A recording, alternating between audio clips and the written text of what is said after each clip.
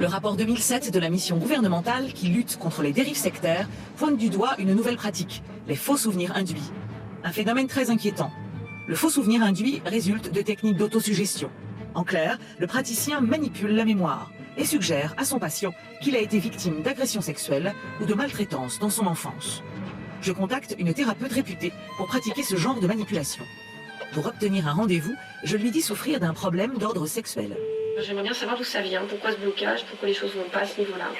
Entendu, donc à la gare, le 19 à 17h. Je vous remercie, madame. Direction une ville moyenne de province. La thérapeute reçoit chez elle. Ici, pas de plaque. Apparemment, la praticienne travaille en toute discrétion. Voilà. Merci. Alors, qu'est-ce qui vous amène? Des problèmes de sexualité? Voilà. Je suis incapable de conserver un homme. Baisse de désir, problèmes intimes, rejet de l'autre. La thérapeute me donne une première explication. Sexuel. Le dégoût, ça surgit pas du néant. Hein? Le dégoût, c'est lié à des souvenirs dégoûtants. En général, ils ont été refoulés, bien refoulés. C'est-à-dire, enfin, de... Ça veut dire que vous avez été en contact avec la sexualité d'un adulte ou d'un adolescent plus âgé que vous pendant votre enfance ou votre adolescence. Qui vous a fait des choses que vous avez trouvées dégoûtantes, tellement dégoûtantes que vous avez tout oublié apparemment. Je m'en souviendrai. À peine 2 minutes d'entretien et déjà cette thérapeute me parle d'une agression dont j'aurais été victime durant mon enfance. Et comme je n'en ai aucun souvenir, elle en profite et va plus loin. Vous pensez à quoi? Moi je pense que, c'est pas que je pense d'ailleurs, c'est que je sais, pour avoir travaillé sur cette question depuis les années 80, quand on subit un choc très grave, un des modes de défense, une façon de se protéger psychiquement, c'est de tout oublier. Selon la thérapeute, l'auteur de cette agression serait même l'un de mes proches. Pourtant, je lui dis n'en avoir aucun souvenir. Rien de plus normal, selon elle. Le psychisme fabrique ce refoulement, en général, parce que ça implique une personne proche. Un ami de la famille ou quelqu'un de la famille. 20 petites minutes auront suffi à la thérapeute pour m'inventer de faux souvenirs et pas des moindres. Mais ce n'est pas tout. Elle dit être en mesure d'identifier précisément cet agresseur. Première étape, la praticienne me demande de lui raconter quelques-uns de mes plus vieux souvenirs. Je vais lui relater un vrai cauchemar que je faisais dans mon enfance. C'est le souvenir que j'ai. En fait, c'est pas un souvenir, c'est un cauchemar. Enfin, c'est une roue qui tourne, comme un moulin à roue, une grande roue. Il y avait un moulin dans votre enfance, à la campagne? Chez mes grands-parents. Oui. Mais il n'a jamais fonctionné, ce moulin. Deuxième étape, la thérapeute veut des informations sur ma famille. Ensemble, sur son tableau blanc, nous allons faire mon arbre généalogique. Alors, votre mère, quel âge a-t-elle? 57. Comment s'appelle-t-elle? Ma Agnès. mère, mon père, mes tantes, l'un des membres de ma famille retient plus particulièrement son attention. Mon grand-père, décédé dans des conditions particulières. Et ça c'est vrai, mon grand-père a bien été victime d'un terrible accident. Il s'est fait écraser par un tracteur. Moi, je trouve que c'est une mort horrible. Et vous, ça n'a pas l'air de vous affecter vraiment. La thérapeute semble interpréter de façon douteuse mes émotions. Dernière étape, elle va tenter de lire en moi. On peut terminer cette première séance par un travail de canalisation. Je m'assois à côté de vous avec un bloc et votre inconscient va me transmettre des informations. C'est comme si vous me parliez à haute voix, sauf que vous dites rien, vous êtes détendu. Et je reçois ces informations et je les note. Hein? Donc ça permet de gagner du temps quand les souvenirs sont refoulés. Vous soyez prête éventuellement à apprendre des choses qui ne sont pas forcément plaisantes. Ben, je pense que vous êtes venu de Paris pour ça éventuellement. La thérapeute vient donc s'asseoir à mes côtés. Hein? Vous asseyez bien. Asseyez-vous au fond là. Vous laissez votre inconscient s'exprimer librement sur le sujet. D'accord. Vous baillez, détendez-vous. Et puis quand vous vous sentirez plus détendu, vous pouvez mettre votre main gauche sur mon épaule. C'est parti, la main de la thérapeute écrit ce que je suis censée penser. En moins de 5 minutes, elle a déjà décodé ce que soi-disant mon cerveau lui a envoyé comme information. Ça commence très clairement. Il y a un viol dans ce moulin. Je ne sais par qui, je ne sais comment. Je dors, je me suis endormie l'après-midi. Est-ce lui, mon grand-père? Ça me terrifie de le savoir, je ne veux pas. Expirez. Après 45 minutes de consultation, le coup de grâce. La thérapeute veut me faire croire que le violeur serait mon grand-père.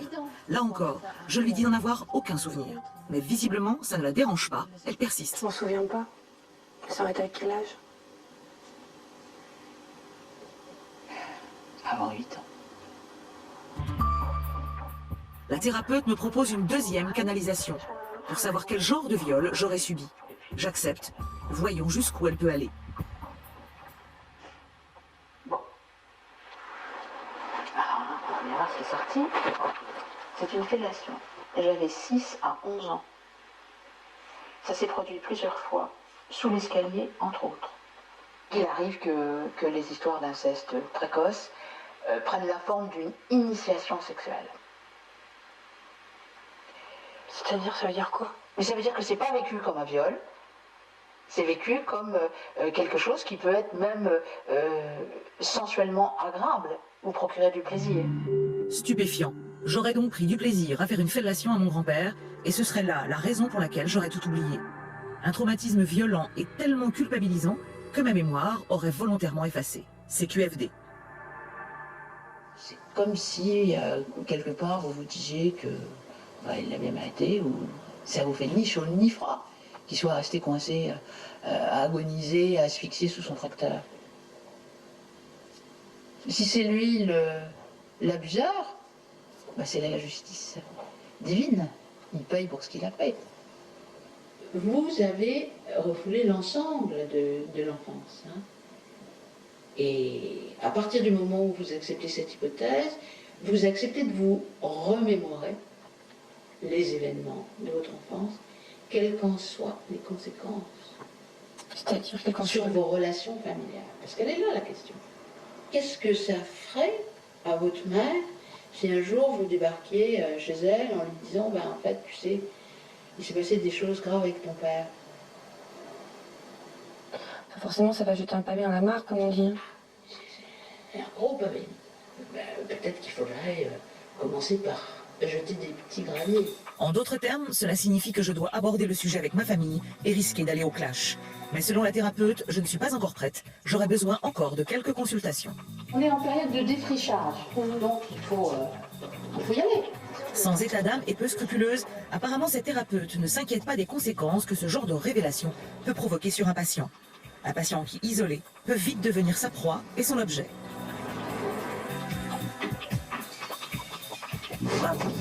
Voilà, je dois combien? Alors, vous devez 2 séances, elles sont à 80 €. Ça fait ça, Bien, merci beaucoup. Je suis contente de vous connaître. Merci. Après de telles révélations, elle me laisse sur le quai de la gare. Je la reverrai dans quelques jours.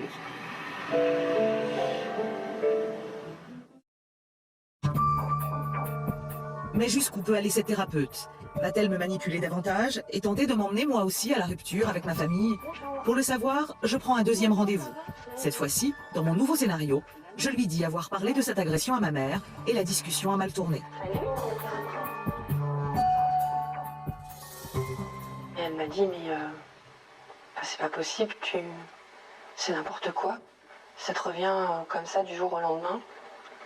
Et j'ai pas su répondre.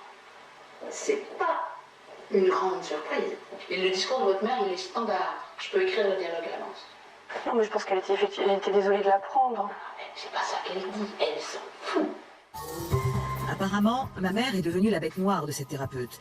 Et la canalisation va me le confirmer. Une main sur l'épaule, et 5 minutes plus tard, la thérapeute a encore une réponse. Je n'en peux plus de m'enfuir. La vérité, je la connais depuis toujours. Cette mère-là, je l'ai fabriquée car elle m'a toujours fait défaut. Je veux la lui cracher, cette vérité, et ce que je sais de son père, un misérable, un violeur. La thérapeute vient de me mettre sur le chemin de la rupture, et cette fois-ci, elle est consommée. Donc moi, ça me conforte dans l'idée qu'elle sait que son père est un abuseur, soit qu'elle était elle-même abusée, soit que, je sais pas, elle a des sœurs qu'il ait été, et que ça, c'est complètement verrouillé. Vous en pensez quoi? Ce que je vais vous dire est dur. Mais si vous me demandez ce que j'en pense, je pense que vous n'êtes pas votre mère. Manipulé, escroqué, en rupture avec la cellule familiale. Malheureusement, c'est le schéma classique des thérapies déviantes.